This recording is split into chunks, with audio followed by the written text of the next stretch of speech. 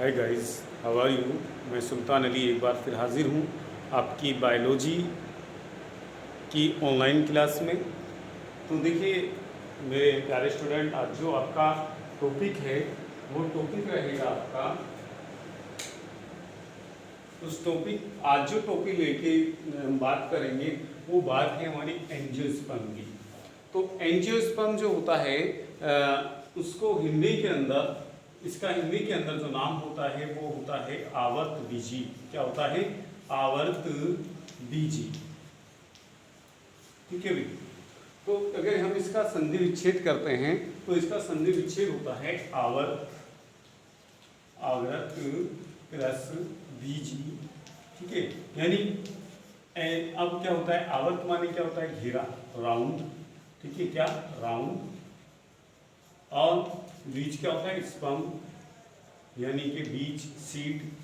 ठीक है भाई, राउंड सीड, राउंडेड सीड। तो इसका क्या मतलब हुआ? इसका मतलब ये हुआ कि ऐसे पौधे जिनके बीजों के ऊपर घेरा होता है, जिनके बीजों में क्या होता है? घेरा होता है। अब देखिए घेरा कैसे होता है, जैसे आपने आम देखा है तो आम जो है ये एक आम का फल है ये। ठीक है भाई, ये तो इसमें क्या है? बीचों बीच एक गुठली होती है। क्या होती है भाई? गुठली होती है यहाँ पर, यानी इसका सीड होता है। ये क्या है इसका? ये इसका सीड है। तो सीड के ऊपर क्या है? ये इसका गूदा है सब। क्या है भाई? ये सब इसका गूदा है यहाँ पर। क्या है इसका? ये गूदा है। ठीक है भाई। तो इसके सीड को चारों तरफ से घेर रखा है किसने? एक आवर्त ने, एक घेरे ने। किसके रूप में? देखिए सीड के ऊपर एक कवर है, ये काष्ठीय कवर होता है। ये काष्ठीय घेरा होता है। ठीक है भाई। और इसके ऊपर क्या? फिर गूदे का घेरा होता है। फिर क्या आता है? इसका आउटर मेम्ब्रेन यानी छिलका होता है। क्या होता है इसका? छिलका। तो ये कई घेरों से घिरा हुआ होता है। ठीक उसी तरीके से अगर हम बात करते हैं खजूर की, तो खजूर का आपने देखा होगा, खजूर की गुठली होती है, खजूर के उसमें बीचों बीच में होती है, और उस पर क्या होता है? उस पर घेरा चढ़ा हुआ होता है। ठीक है भाई। तो ये क्या है? ये भी घिरा हुआ है। तो ऐसे बीज जो क्या होते हैं, जो नंगे नहीं होते हैं, नेक्ड नहीं होते हैं, बल्कि क्या होते हैं? वो घेरे से घिरे हुए होते हैं। उन पर एक कोई ना कोई चीज़ का आवरण होता है, यानी कि या तो झिल्ली का आवरण होता है, या फिर क्या होता है उसके ऊपर जो होता है गूदे का आवरण होता है, या छिलके का आवरण होता है। ठीक है। तो क्या होता है? इसी तरीके के सारे बीज वाले पौधे क्या कहलाते हैं? वो कहलाते हैं आवर्त बीजी, यानी वो बीज जिनके ऊपर आवर्त है। और उन पौधों को जिनमें ये बीज पाए जाते हैं उनको क्या बोलते हैं? हम उनको बोलते हैं आवर्त बीजी पौधे। ठीक है भाई। इसी तरीके से मटर देख लीजिए आप, चना देख लीजिए, गेहूँ, चावल। ठीक है, और अन्य फल या दालें जितनी भी हैं, ठीक है, आप उनको देखेंगे तो आपको क्या दिखाई देगा कि इनके सीड जो हैं वो क्या हैं? वो किसी ना किसी आवर्त में, यानी उनके ऊपर एक आवरण चढ़ा हुआ है। तो इसीलिए इसको क्या बोलते हैं? हम आवर्त बीजी कहते हैं। ठीक है भाई। तो इसके बारे में आज इसके जितने भी आवर्त बीजी हैं उनके बारे में आज आपको बताएंगे कि कैसे होते हैं। ठीक है भाई, कैसे कैसे होते हैं, क्या कहाँ कहाँ पाए जाते हैं, इनके बारे में आज बात करते हैं। तो देखिए इसमें जो है आपका बुक के अंदर वो कह रहा है कि यहाँ पर कि एंजियोस्पर्म जो होते हैं पुष्पी पादप होते हैं, यानी इसमें क्या होता है? फूल खिलते हैं। क्या होते हैं? सबसे पहले नंबर एक क्या होते हैं? ये पुष्पी पादप होते हैं। पुष्पी पादप होते हैं, यानी फैंडोगेम्स होते हैं, यानी कि इन पर क्या होते हैं? फूल खिलते हैं।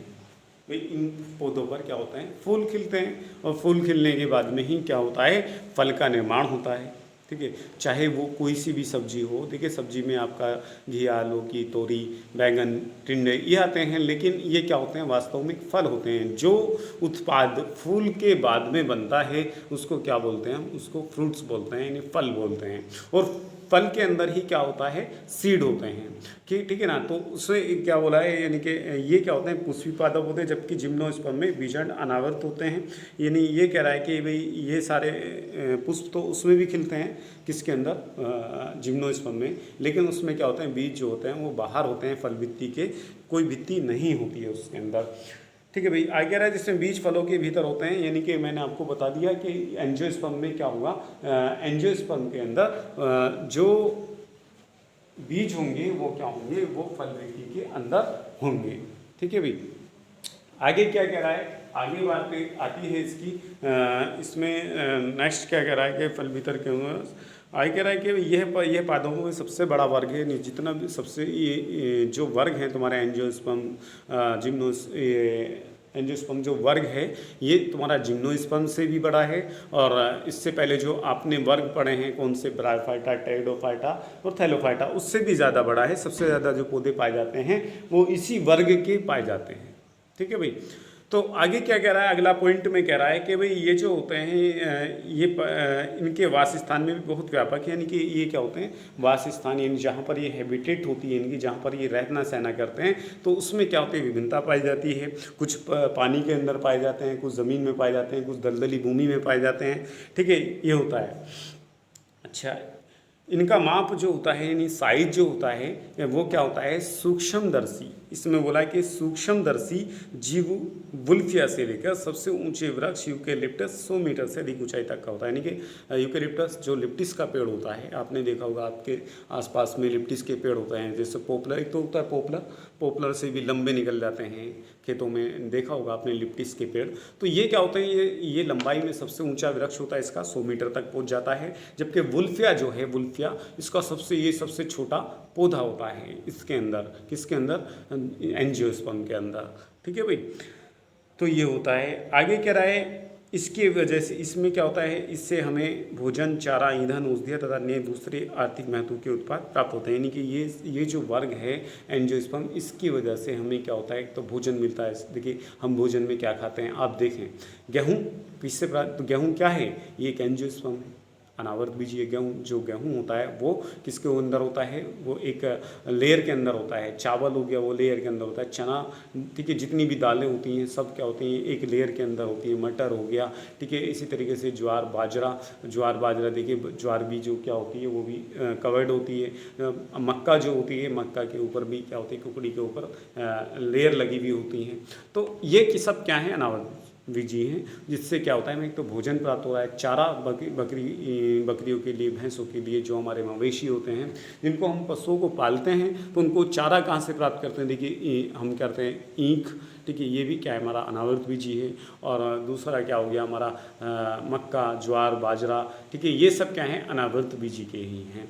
ठीक है भाई। आगे क्या कह रहे हैं, तो इससे हमें भोजन भी प्राप्त होता है, चारा भी प्राप्त होता है, ईंधन यानी बहुत सारी लकड़ियाँ प्राप्त होती हैं, औषधियाँ, दवाइयाँ भी प्राप्त की जाती हैं। ठीक है, जैसे मेडिसिनल प्लांट होते हैं हमारे, मेडिसिनल प्लांट हो गया हमारा सोलेनम नाइग्रम, मकोई का पेड़ हुआ, और नीम का पेड़ हो गया। ठीक है भाई। इसी तरीके से शीशम का पेड़ हुआ।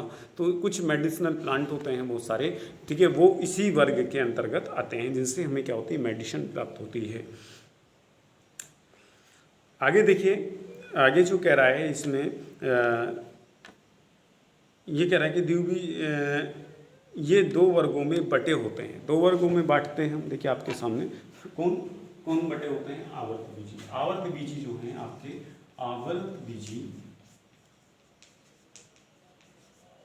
ये दो वर्गों में बटे हैं, नंबर 1 और नंबर 2। नंबर 1 जो बटे हुए हैं ये एक बीज पत्री में बटे हुए हैं। किसमें बटे हुए हैं, ये एक बीज पत्री। ठीक है भाई। और नंबर 2 जो बटे हुए हैं, नंबर 2 बटे हुए हैं ये इसमें द्विबीज पत्री। इसमें बटे हुए हैं द्विबीज पत्री में बटे हुए हैं। ठीक है भाई, ये तो इसकी बात करते हैं, इसकी एंजियोस्पर्म जो इसको बोलते हैं मोनोकोटिलिडन्स। क्या बोलते हैं इसको, मोनोकोटिलिडन्स। और इसको बोलते हैं डाइकोटिलिडन्स। डाइकोटिलिडन्स।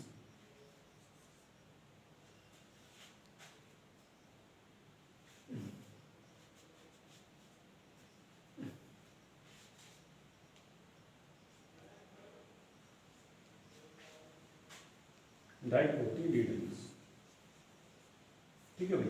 तो ये क्या होते हैं, ये हमारे इंग्लिश में नाम है मोनो माने एक, और कोटिलिडन्स माने बीज पत्री, यानी कि, और दूसरा क्या है, द्विबीज पत्री, डाइकोटिलिडन्स। अब बात आती है कि एक बीज पत्री पौधे कैसे होते हैं, तो उसके बारे में भी आपको बताऊंगा मैं।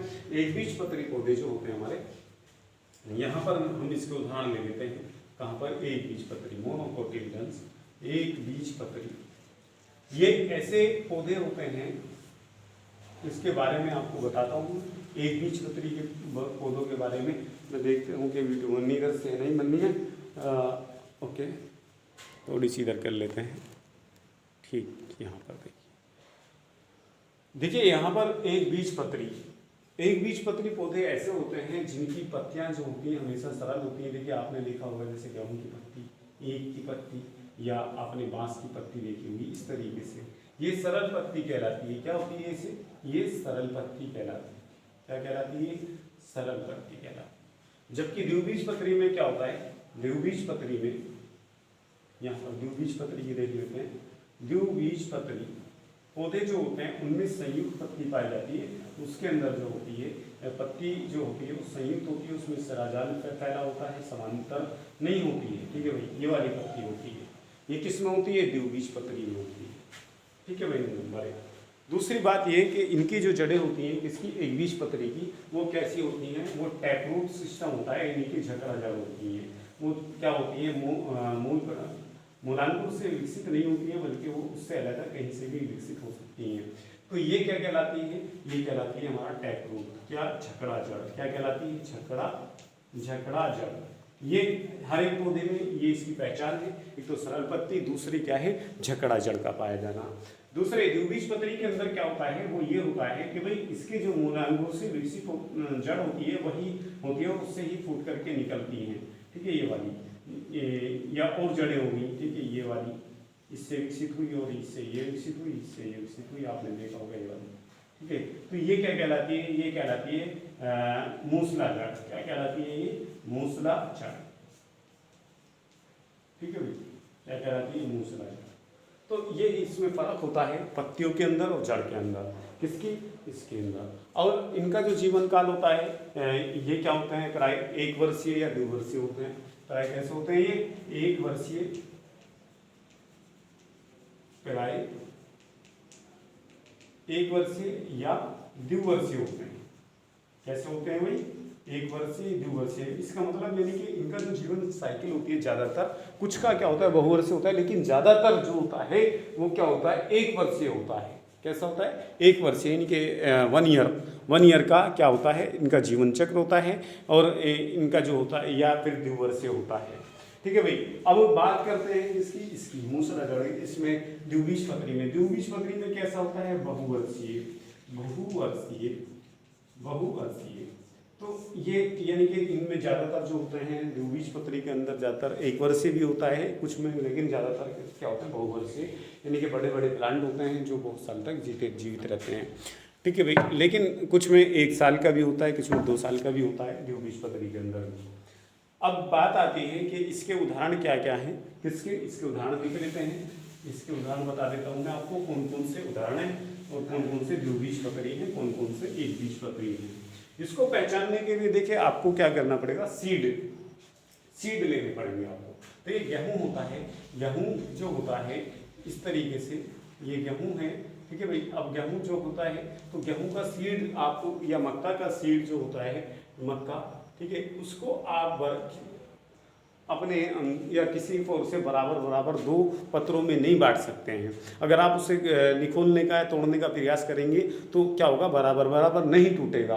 ठीक है, तो ये क्या कहलाते हैं? मोनोकोटिलिडन्स में गेहूं, बाजरा, जौ, चावल, ठीक है, ये सब आते हैं। मक्का, ये भी इसी में एक बीजपत्री में आती है, क्योंकि उसका जो है बीजपत्र नहीं तोड़ सकते, हम नहीं बांट सकते हैं बराबर 2 भागों में। जबकि क्या होगा? द्विबीजपत्री में देखेंगे आप, द्विबीजपत्री को क्या बोलते हैं? डाइकोटिलिडन्स बोलते हैं। तो डाइकोटिलिडन्स में ये होता है कि भाई इसके जो बीजपत्र होते हैं वो क्या होते हैं? उससे आप आसानी से 2 भागों में विभाजित कर सकते हैं, 2 भागों में तोड़ सकते हैं उसको।